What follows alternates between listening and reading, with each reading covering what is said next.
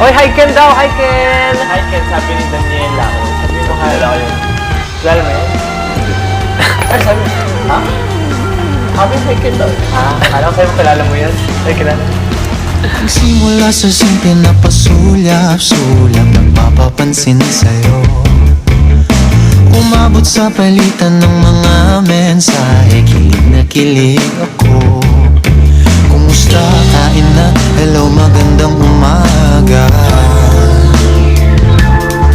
Ingat ka, pahinga, huwag kang masyadong magpupuyat pa.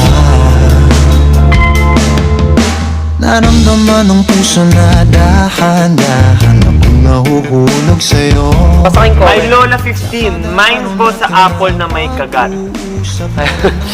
Hindi, Kagat nga. hindi yun yung kay Ken daw, yung may kagat. Peke po ito eh. May liglang si Ken sa styro. Tunguhan, ang hiling ko lang naman na itong naramdaman.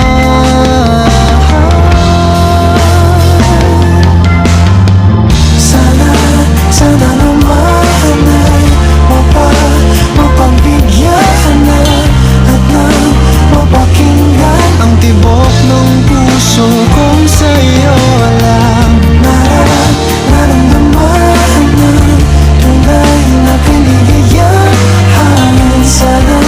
Sana naman mapagbigyan ang tibok ng puso.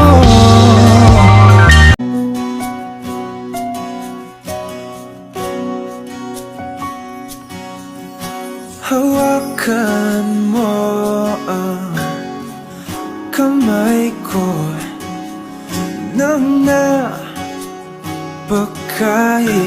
napakaigpit. Pakinggan mo ang tinig ko. Di mo ba pansin na ikaw at ako,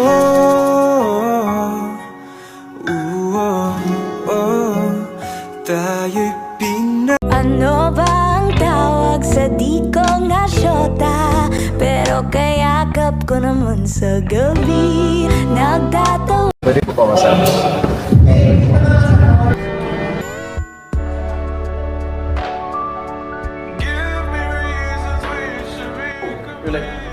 Yeah, hindi yan nagsasmile. Don't smile.